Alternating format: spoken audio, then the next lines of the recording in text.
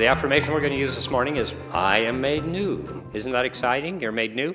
And you know, we are made new in our physical bodies all the time. We're made new in our entire being all of the time. And we have the opportunity always to have newness of life and newness of being. And the question today is, what is your resolution? Now, did you expect that one? And how many of you ever made a resolution that you didn't keep? Oh, absolutely. And you know, resolutions are really kind of self-defeating in a way, because we make them, and then as soon as something happens that we don't do whatever it is that we resolve to do, then we simply put it aside and say, well, we'll do that. We'll make that resolution again at another time. And most of the resolutions, interestingly, that people make, and especially in more modern times, but pretty much for a long time, I guess, have been resolutions about our person. You know, people want to stop smoking or stop eating or lose weight or do certain things. And if we make resolutions that are big and monumental, like, I'm going to stop smoking, even though I've done it for 42 or 50 years. I'm not speaking about myself because I don't, but I'm going to do this. And then you stop for a day or an hour or 2 days, and then as soon as you smoke that cigarette, what happens? You're defeated, and you say, oh, well, I didn't make it this year, I'll try it next year, I'll try another time. And so our resolutions so often that we make are huge resolutions. They're big ones, great big resolutions. Like we want to lose lots of weight, we want to change our behavior, we want to do all kinds of things that are really useful and good to do, but then they're so big that we fail, and when we fail, then we're able to just kind of lay it down and say, well, this is too heavy for me to carry, I'm just going to lay it down, and I'm just going to continue. But when we lay it down, we don't really lay down the problem, we lay down the resolution, and we continue to carry the problem. And so this year, if you haven't made a resolution, and I'm not a great person to advocate making resolutions, but if you do, I think one thing that's very helpful is to begin the thought process of making. And the question is, what is your resolution? It doesn't really have to do necessarily with a New Year's resolution, but it can. But what is it that you make resolutions about in your life as you go through it? And are those resolutions usually about you, or are they about others, or are they about, what are they about? And what I would suggest is that we make resolutions not about physical things necessarily, not about things that we want to accomplish that are so tangible as changing our diet or changing our behavior, but instead that we make resolutions about our attitudes. Our attitudes. Because what happens is when you make a resolution about your attitude or your way of thinking, it is a resolution that when we fail, we maybe won't lay it down because we can come back to it. Because one of the things that we all know as truth students is we're all interested in changing our attitude. We're all interested in changing our way of thinking. And is our way of thinking aligned with the teaching and the way of life that we want to have? This is a new year and a new opportunity. And every new year, and a couple of weeks ago I mentioned that all these seasons of the year come in such wonderful sequence. You know, if you think all of these come around every 12 months, every year of your life. And if we let them have the meaning that they're supposed to have, and the meaning that they need to have at your point in life, because our times in life change and our attitudes change. What do we know about time? In spiritual terms, doesn't exist. It's an illusion, exactly. There is no such thing as time. So New Year's isn't real.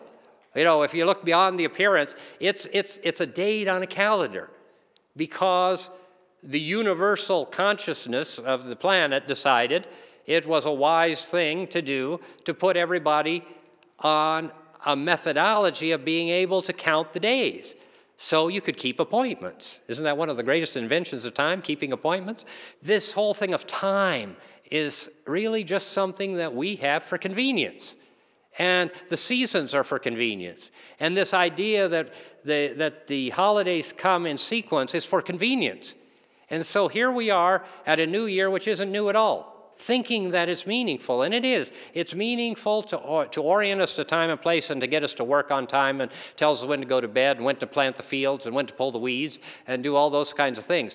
But the time is really not there. In spiritual understanding of eternity, we're always at the midpoint of eternity. If we're always at the midpoint of eternity. So what's the new year going to be like? Everybody's new year is going to be exactly what you expect it to be and exactly what you make it. Because we live in a realm of mind and thought. And time has nothing to do with it. And we think time has to do with it. We really do. You know, think of it, when you think of your own life. When we're young, we think, oh gosh, we just could get a little older. You know, if I could just get out of my parents' house and do my own thing. And then we get to be in our 20s and 30s, and here we are. Wow, we made it. And then we think, oh my gosh, this is not so great, but it's okay. And then we move through the 20s and the 30s, and maybe those couple decades we get kind of tired of that lifestyle. And then all of a sudden we say, oh my gosh, I'm going to turn 40. Because all of that really is setting up this idea that we believe that this world is real and that that's all there is. And then we begin to layer this stuff on, this garbage, which is really untruth. But we begin to layer it on, that now I'm 40, now I'm 50. What have I accomplished? Why was I here? Did I waste this time? What do I have? Why? And we begin to compare ourselves. If you're a person that is very worldly conscious and status conscious, you begin to compare yourself with people that have become successful, that have money. If you're altruistic, you begin to compare yourself with people that have done good and have accomplished all these things. If you're somebody that wanted to have a family and you did or you didn't, and so there you are at 45, and then you're at 50, and then we get to be 50 and 60, and you know what we did then? We begin to long to be younger again.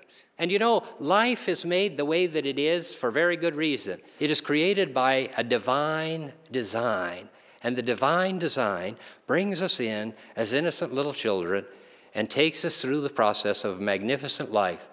And everything about that life is magnificent, everywhere. 7 is magnificent, 10 is magnificent, 15 is magnificent. Now, lots of things happen, and a lot of us don't have magnificent experiences, but that's where this teaching comes in, to see beyond those experiences and to make of life that which we decide to make of life. And so here it is, a new year. How do you respond? What resolutions do you make? And in the very beginning, I said, if you're going to make a resolution, maybe this year, make a resolution about attitude. Make a resolution about thought. Make a resolution about what goes on up here, not what goes on here in the midline or in the lungs or whatever. No, not those kinds of things. Make something that has to do with up here. Because one of the things that we know is that we learn everything through practice and exercise. And truth is exactly the same as everything else. We learn it by proving it. This year can be anything you want it to be. Anything that you want it to be. 2011. And so it is in every year of your life. It's going to be exactly what you decide to make it. And this year, like every year, can be a year of limitless potential, of magnificent overcoming, of tremendous solutions and growth. This year can be that. But you know what? So could every year that's gone by. And so could every year that comes forward. And it doesn't mean that the year is going to be all rosy and bright. That doesn't matter. It doesn't mean that everyone's going to be and do and say exactly what you and I want them to do, be, and say. Thank goodness. The good news is that you and I have a choice. The good news is that you can choose right now what it is you want to think and what attitudes you want to hold and what dynamic of mind you want to demonstrate, and you can allow that to come forth. And the teaching that we understand is so basic and simple, and it allows us to understand that that divine presence, that Christ within us, the indwelling Christ, the divine within us, is there, and if we just let that come forth, then all of the circumstances and situations of life get taken care of. And the truth is that you and I are created in the likeness and image of God. The truth is that created in the likeness and image of God, we are created and imbued with the qualities of our Creator. We have limitless intelligence. We have overcoming power. We have the ability to understand beyond our wildest imagination. We have the reality that we can claim healing and strength and prosperity in the face of poverty, health in the face of sickness, happiness in the joy of depression and sadness. We can do all of those things, but we have to do the work. We have to do the work. And if we do the work, then that manifestation comes forth. And so for this new year, I see for you and me and for everyone, for the country, for the world, despite appearances to the contrary, the reality that great good is coming forth for everybody in the world and in our lives. And no matter what I see with my eyes or hear with my ears, I'm going to claim the reality of that which is true. And that which is true may not be what I see and hear.